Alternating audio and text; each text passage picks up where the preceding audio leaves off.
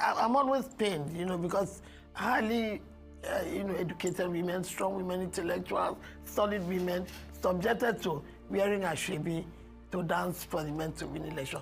The women dance for the men to win election to House of Rep, win election to Senate, then they go and become governor, then they stroll back to Senate, the same women. And yet one woman cannot go to State Assembly.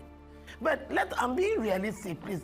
There is no way, you understand, that the law courts or anybody can enforce the government to send 35% to Senate. Without this law now, this law for me is the best thing that's happened, because I've told myself that I've realized the reality of today, the times. You understand that the only savior we have is that if we can put pressure, like I'm coming here, I've humbled myself, I'm ready to kneel down for the men in the Senate to push this bill forward, for it to be actualized, so that now this is official. No man is giving up his seats. Allocate this seat, 1% for one woman. And then let the women, strong women, come out to contest among themselves. Forever, if you tell women to go and contest against the men, they will not win, because they cannot afford it. They cannot afford the trophy. Like I said, nobody can have the strength to stand and hear gunshots and all that. And there was a time in the wake of this, democracy from 1999, there was somebody in the House of Representatives, I can't recall his name now, who was from a constituency that was not captured as, it was an independent constituency.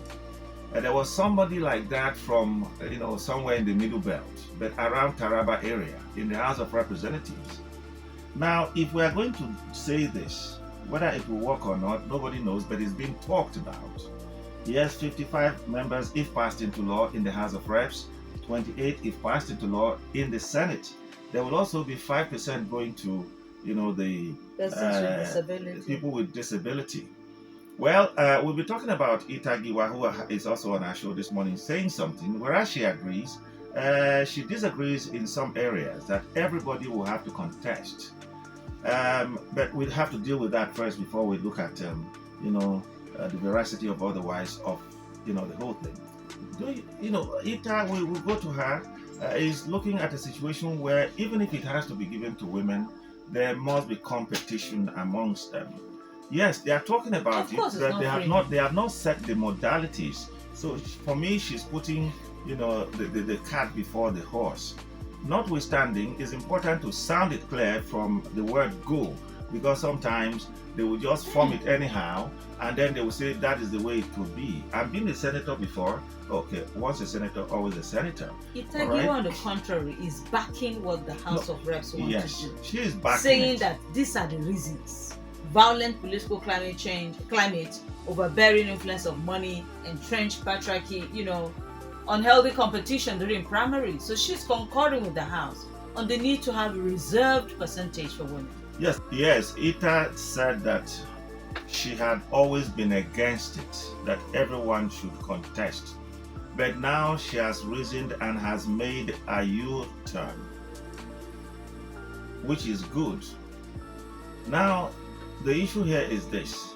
The modalities will have to be put in place even when the law is passed into, when the bill is passed into law, and we're looking at the percentages, 55 going to women, in the House of Reps, 28 Senate, 5% for, people with disabilities and all that.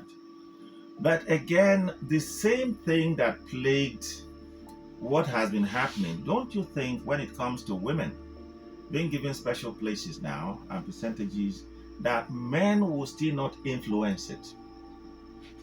Since it is not automatic. Wait. The Deputy Speaker, Benjamin Carlo, is the one pushing for this law or bill at this level. If it scales through and the president signs it, it is law. So nobody can want to cut it because it's already law.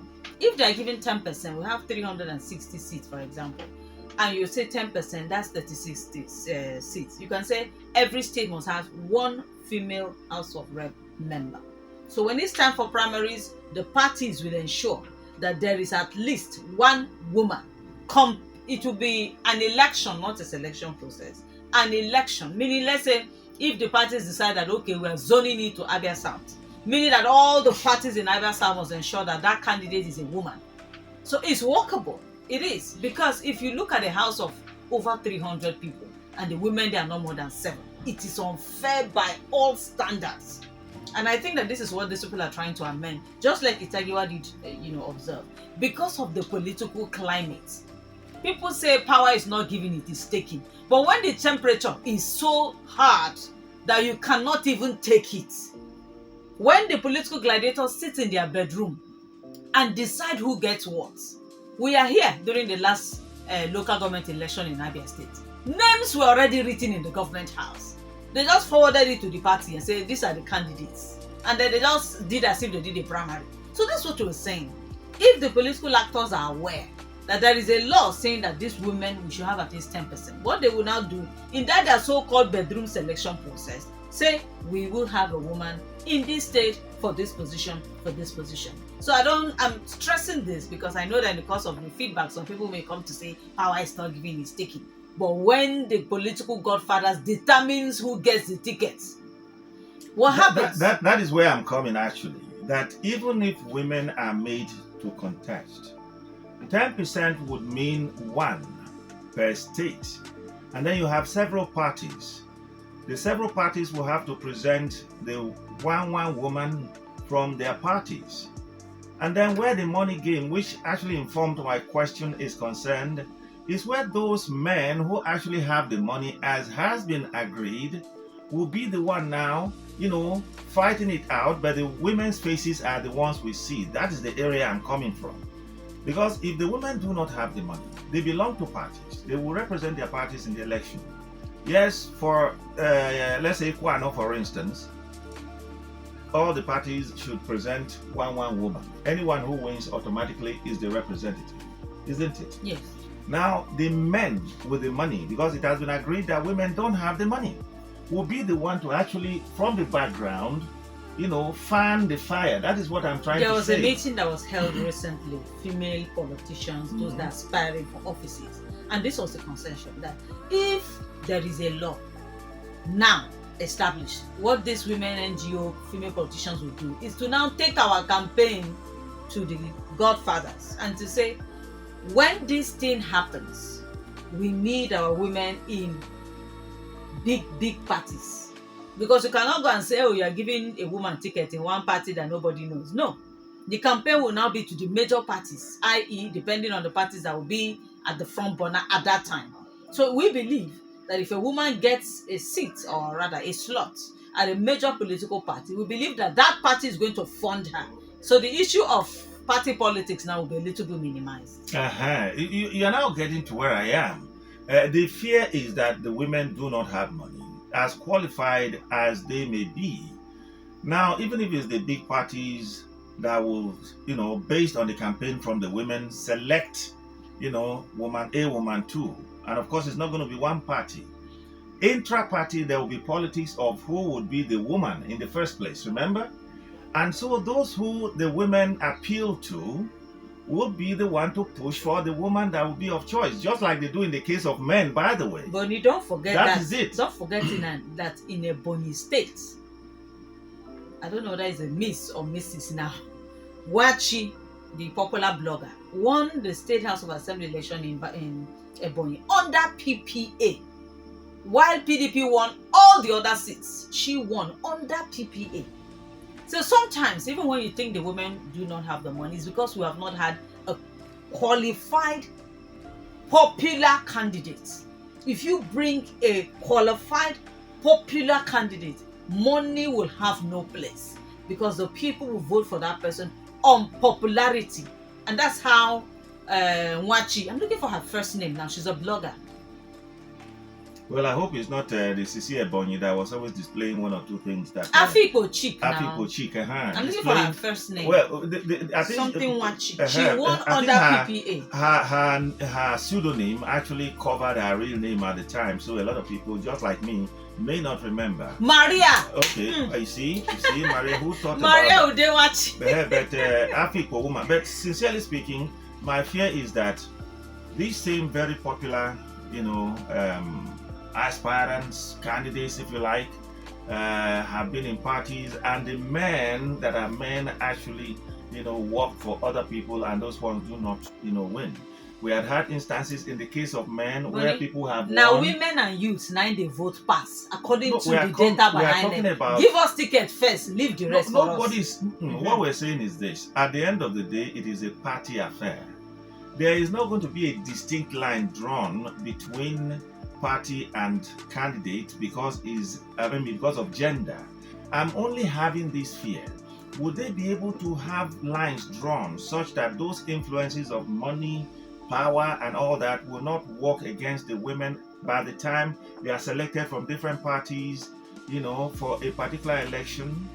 If we say 10%, for instance, it would be one per state, that all parties or as many parties as possible may throw up people. Now, are we going to say, okay, this time, let's say in Abia, the woman that will represent a particular place, or is it 10%, meaning one each from each local government, or 10% of a local government or constituency, as the case may be? Is this something that will be subject to a lot of analysis? That is what we're trying to say. Give us a popular candidate. Go through a free primaries. Open the space. Let me tell you, if Nana's wife was a politician, and Nana says, I don't know if he's from Osisioma North or South, and YPP gives Nana's wife tickets in Nana's local government, the woman is already in the house. So that's what I'm saying, that sometimes it's not only about money.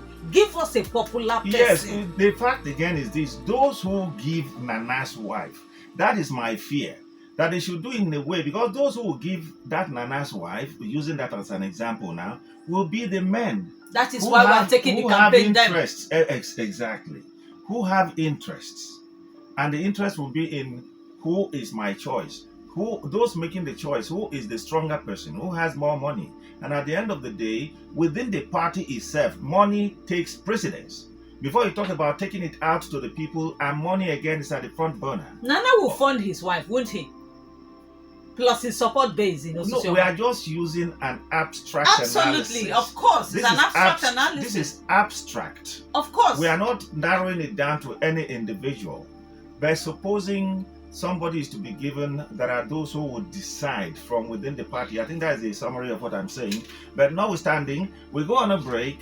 We hope this works. And the reason this is being experimented is because we lack what we call good political doctrine.